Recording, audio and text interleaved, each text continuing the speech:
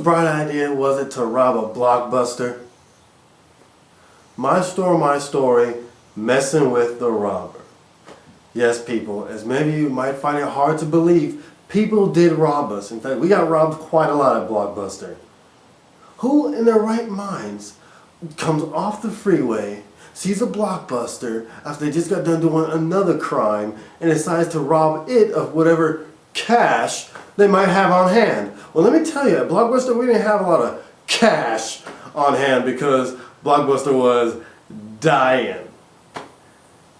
But seriously, a Blockbuster. There's tons of places around us that have much greater amounts of cash. But for some reason, they decided to ruin my night, make me fill out police reports, make me behind on my work, get an earful from my store manager. It was just a big mess, all because these robbers thought it was a great idea to bother us. As many of you guys might have guessed already, it's happened more than once, and by that time, I was already used to it. Let me tell you guys exactly what happened. It was me and my coworker Debbie. We were just chilling, you know, because the store was empty, completely empty. I think there was like a football game or something on that night. So usually when that happens, we don't get that many customers. Plus, I think it was like a Wednesday night or something like that, which means it's dead. There's nobody in the store.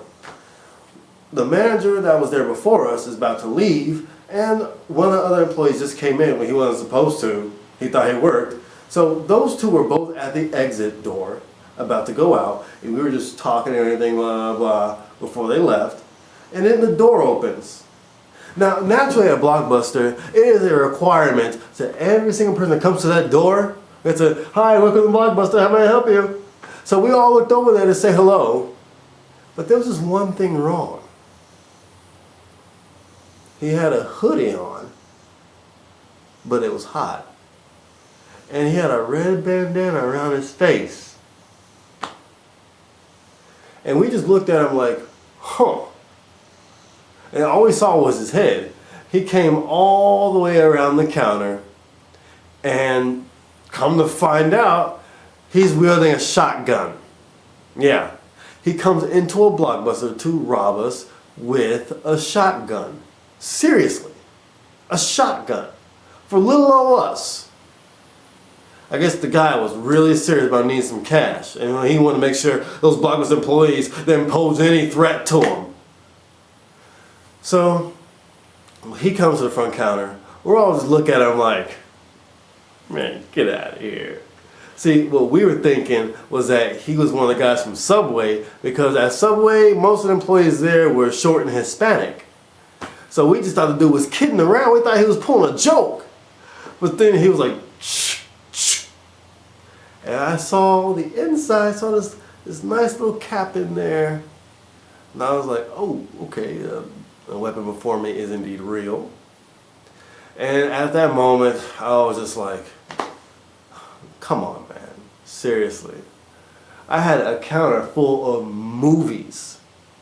I think it was full of movies that came out of the Dropbox, we needed prepping. I think it was probably both, because the manager that came in before us, she doesn't do anything when it's time to get work done. And she leaves all the work to me in the evening time. So I have to work my butt off because her lazy. I'm not gonna get into that. I'll tell you guys what I did to her later on. But yeah, I had a counter full of movies. I was like, look, man, I got a lot of work to do. You do your thing. All I want to do is finish this up over here. He's like, no, get on the ground right now. And so we're like, okay, fine. I got on the ground. Now I was on the ground like I was in a field of daisies or something. That's what the police officer told me when he had checked the footage after the robbery took place. He was like, you look so relaxed. I was like, I was. But while the two people that are at the exit gate, he told them to get behind him. Yeah. So by that time, I knew this guy that was robbing us was a newbie. The vibe I got off this guy was that he was new to the whole robbing game. He probably didn't want to do what he was doing, and it was probably his older brother or older stepbrother or something like that forcing him into his little robbing spree or whatever. So I wasn't afraid of the guy. None of us really were. But he had a shotgun, so we didn't try too much. Like, I was talking to the guy the whole time. Like, for example, when I got on the ground, I smelled it. And it smelled like feet, because the girls that work there usually go around with their socks and with their bare feet. And so all behind the counter with their nose this close, it smelled horrible. So I asked him, hey bro, can I move? Because it smells terrible right here. And you know what he does? He ignores me. I politely asked that man with the shotgun if I could move to somewhere else so I wouldn't have to smell this. And he ignores me. This robber had no manners, no sense of courtesy. I don't know what was up with this guy. And then when she started pulling out the money from the till,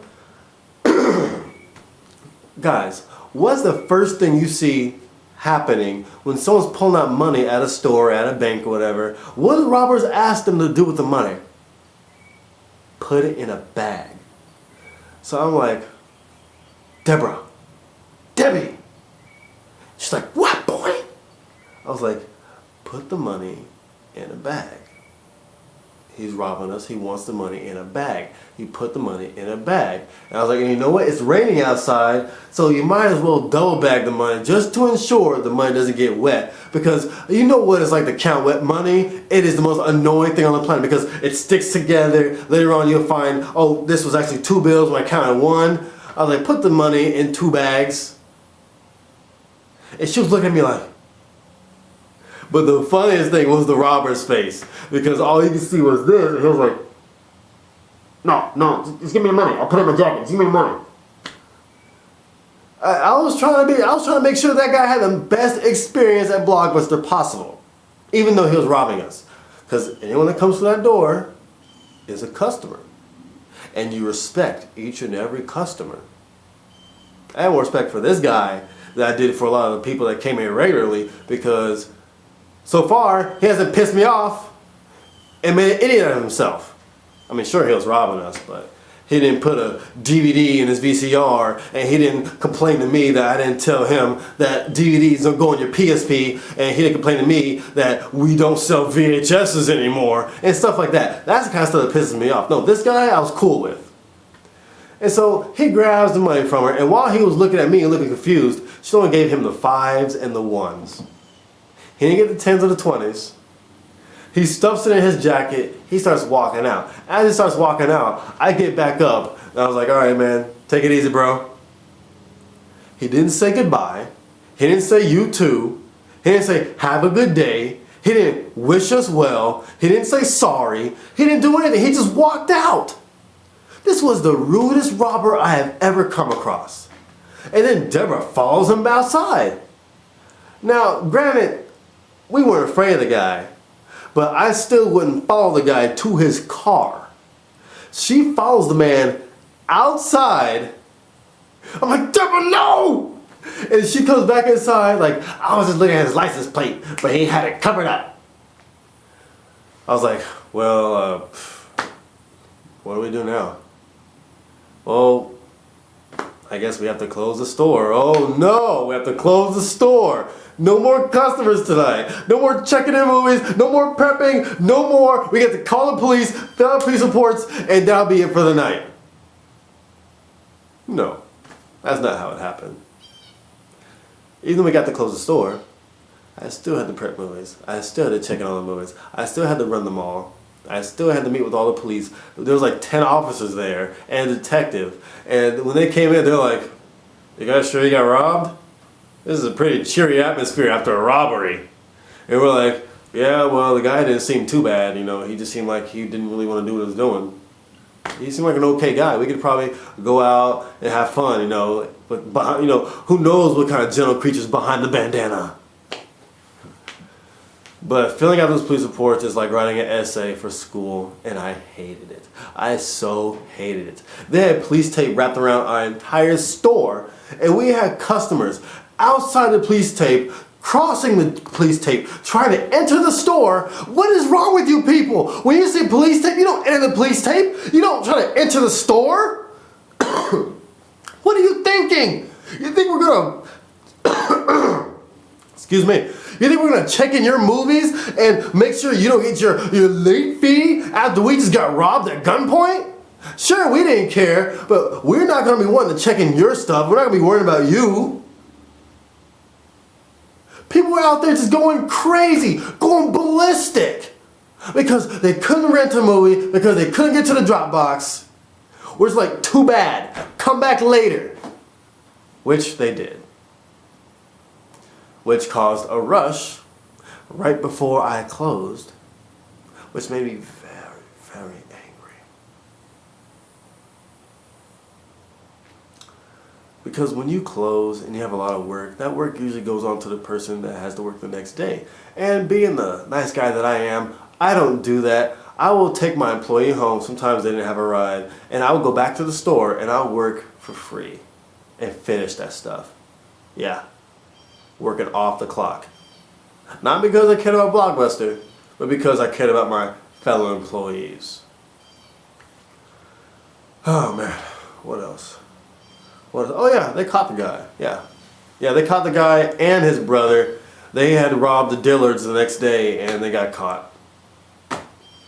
You would think after you rob the place, you wouldn't rob any other place nearby, you know, so close to the same day. But the next day, and right around the corner, this doesn't make any sense. But anyway, that's the story about the robber and how he ignored me for my good request. Yeah. If he was on the ground and I was robbing him and he wanted to move because he didn't like the smell of the carpet, I'd let him move. I would. But he was just rude, and you know what? You know one thing he'll remember? While he's sitting in jail, in prison now, prison, he'll remember that that black guy from Blockbuster was nice to me.